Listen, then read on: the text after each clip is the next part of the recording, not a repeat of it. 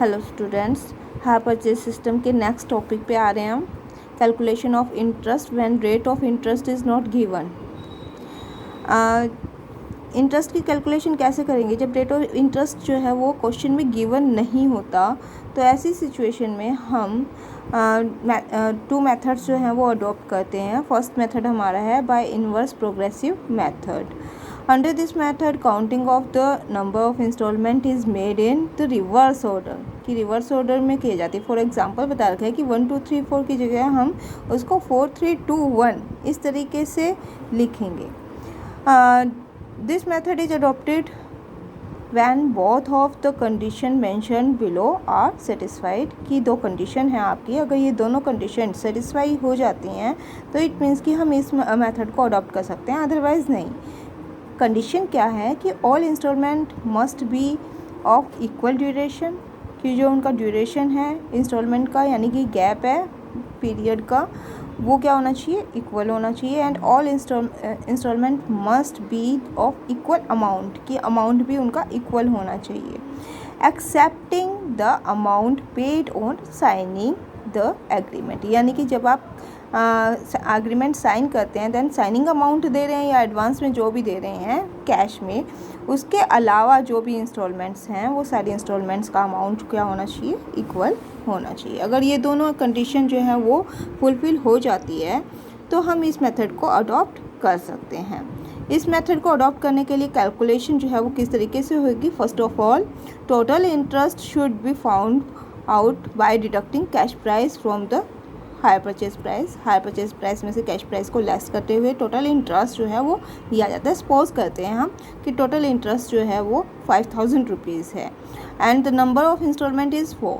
Then calculation किस तरीके से होगी कि first instalment, second instalment, third instalment, fourth instalment है हमारी, उसको हम नंबर्स डालेंगे। तो किस तरीके से डालेंगे, रिवर्स काउंटिंग पे, यानी कि फर्स्ट इंस्टॉलमेंट को 4 देंगे, 4 3 2 1 यानी टोटल 10 हो गया।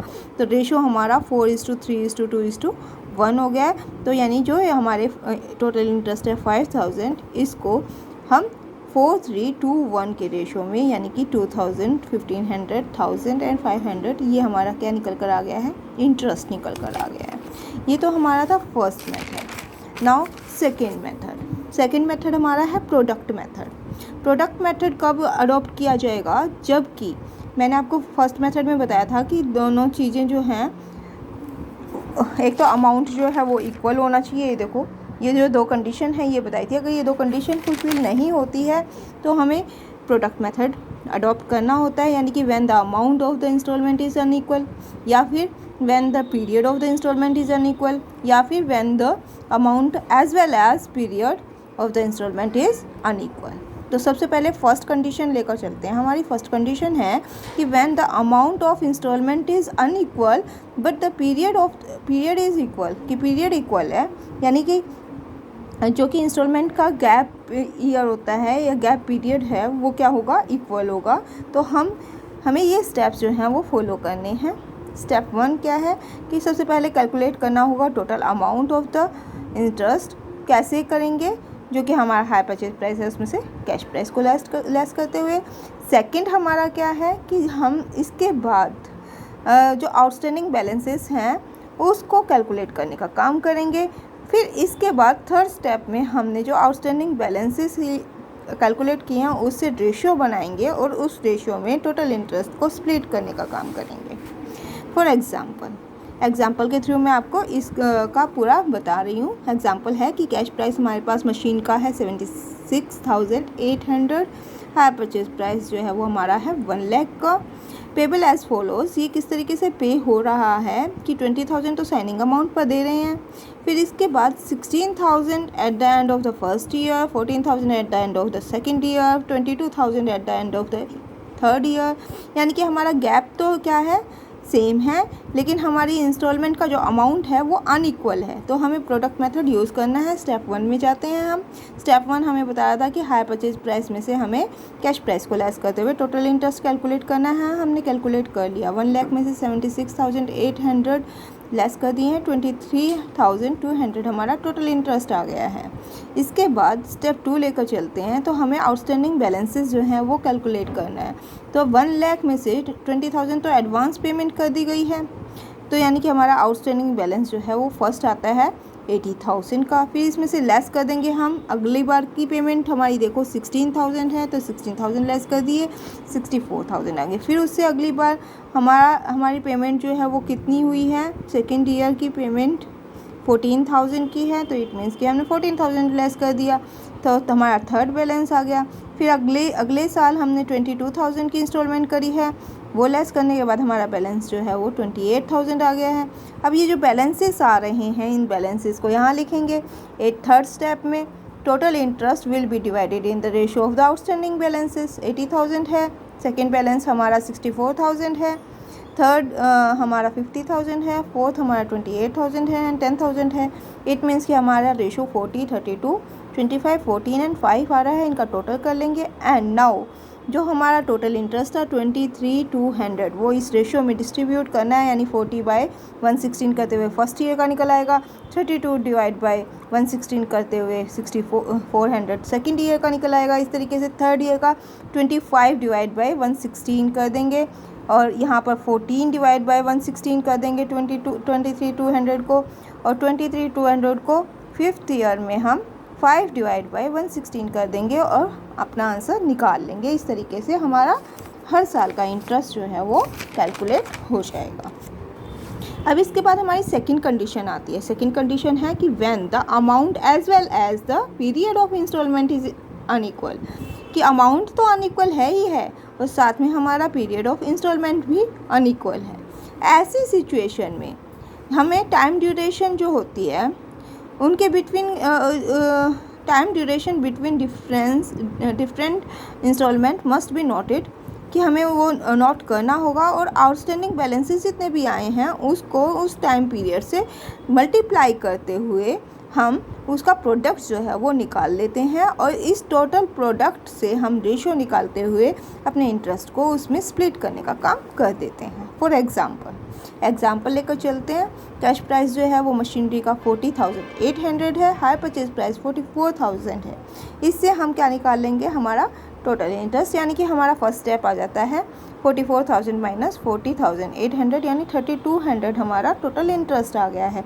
अब आगे इसने कहा है कि पेमेंट जो है वो कैसे हो रही है, 2 ईयर्स में हो रही है, कि 10,000 at the time of the delivery, 14,000 after 5 month, 6,000 after 11 month, 9,000 after 16 month and 5,000 after 24 month given है।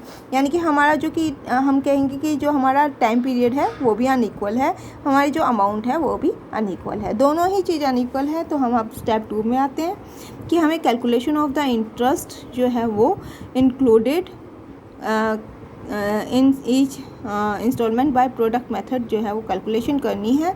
तो आउटस्टैंडिंग अमाउंट लेंगे, मल्टीप्लाई किससे करेंगे, पीरियड से करेंगे और प्रोडक्ट जो है वो निकाल लेंगे। जो ये प्रोडक्ट आपके आएंगे कि जैसे 1,70,000 आया है, 1,20,000 आया है, इससे आपको क्या निकालने हैं, ये रेशियो निकालने हैं 17, 12, 7, 4 और इनका टोटल आ गया आपका 40।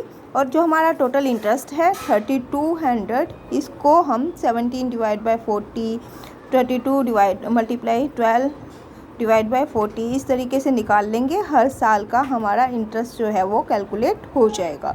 लेकिन अब हमें ये देखना है कि इस पीरियड से हमें मल्टीप्लाई कैसे करनी है। तो सबसे पहले तो हमें देखना है कि हमारे टोटल हाई परचेज प्राइस 44,000 था, जिसमें से डाउन पेमेंट यानी साइनिंग अमाउंट भी कह सकते हैं या एडवांस में जो पेमेंट करी है वो 10,000 की करी है। तो वो लेस करने के बाद हमारा फर्स्ट बैलेंस आता है 34,000। अब ये 34,000 की मल्टीप्लाई किससे होगी, यानी कितने पीरियड से होगी।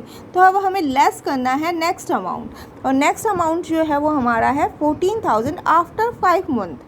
आफ्टर 5 मंथ है तो इट मीन्स कि and at the end of the 5th month है, तो उससे हम 5th मंथ से 5 से मल्टीप्लाई करते हुए प्रोडक्ट निकाल लेंगे और साथ में इस अमाउंट को लेस करते हुए बैलेंस निकाल लेंगे। अब इस बैलेंस को हमें किससे मल्टीप्लाई करना है ये देखना होगा। तो हमारा नेक्स्ट देखो, नेक्स्ट हमारा है 6,000 आफ्टर 11th मंथ।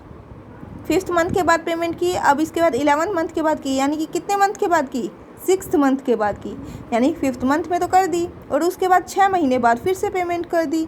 तो यहाँ पर हम यही निकालेंगे कि 11 में से माइनस करके 6, यानी कि amount paid at the end of the 6th month. तो ये 6 आया है तो इस 6 से मल्टीप्लाई कर दिया जाएगा और इससे बैलेंस निकाल लिया जाएगा। अब इस बैलेंस को किससे मल्टीप्लाई करना है ये फिर से देखना होगा। ये कैसे देखा जाएगा कि 9000 आफ्टर 16th मंथ, यानी 11 मंथ के बाद तो हुई थी पेमेंट, उसके बाद 16 मंथ के में हुई है, तो यानी कि आफ्टर 5th मंथ की गई है। तो आफ्टर 5th मंथ हम लिखेंगे, 5th से इसकी मल्टीप्लाई कर दी जाएगी और साथ में ये अमाउंट लेस करते हुए बैलेंस निकाला जाएगा। अब इस बैलेंस को किससे मल्टीप्लाई करना है वो देखना है कि नेक्स्ट पेमेंट कब हो रही है। नेक्स्ट पेमेंट हो रही है 24 मंथ, यानी कि 16 मंथ के बाद 24th मंथ को हो रही है।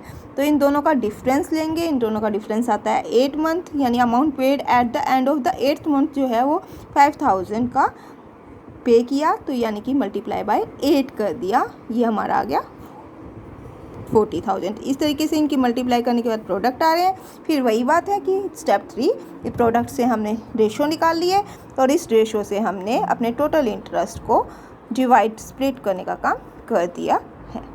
ये आपका हो गया कि हमें इंटरेस्ट की कैलकुलेशन किस तरीके से करनी होगी। यहाँ तक की सारी इलस्ट्रेशंस जो हैं वो आप खुद सॉल्व करके देखेंगे। अगर किसी तरह की कोई प्रॉब्लम है, क्वेरी है, तो मुझसे पर्सनल मैसेज करते हुए आप अपने प्रॉब्लम्स को सॉर्ट आउट करने का काम कर सकते हैं। Thank you students.